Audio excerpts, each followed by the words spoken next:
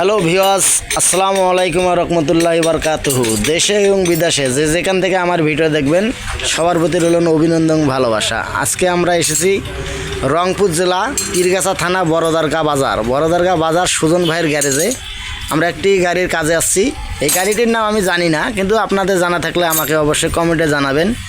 এবং এই গাড়িটির একটি সমস্যা হয়েছিল, হাইড্রোলিক ফাংশন, রোটার ভাসে না।